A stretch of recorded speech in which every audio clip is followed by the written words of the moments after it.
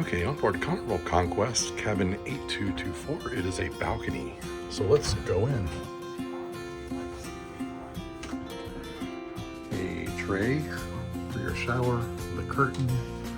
Yeah, this is a pretty standard bathroom setup, especially in the older ships. And there is power for a razor if you need it. So that's there. But there you go. And look at the closets. Plenty of storage space here.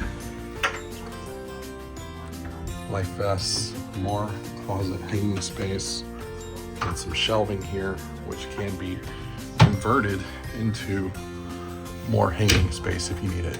So there is that. Into the main room, here is the desk area.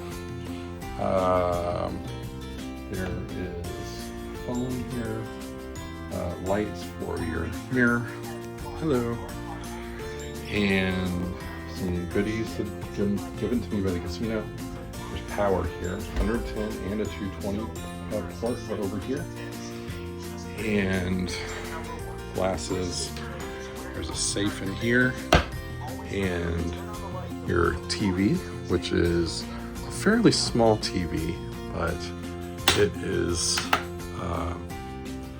showing all the channel and the safety information up in the corner. This is one of the larger couches I've ever seen in a balcony cabin. It's pretty deep, and I think this particular one converts to a bed, although I would need to double check on that.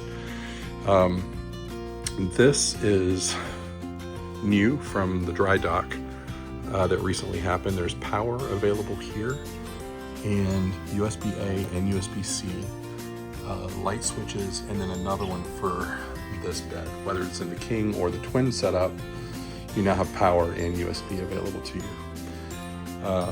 There is the cooler fridge area, your drawer, and a seat and trash can, hair dryer, and more storage. Then you can shake a stick out, and more storage. So let's go outside and see what it looks like.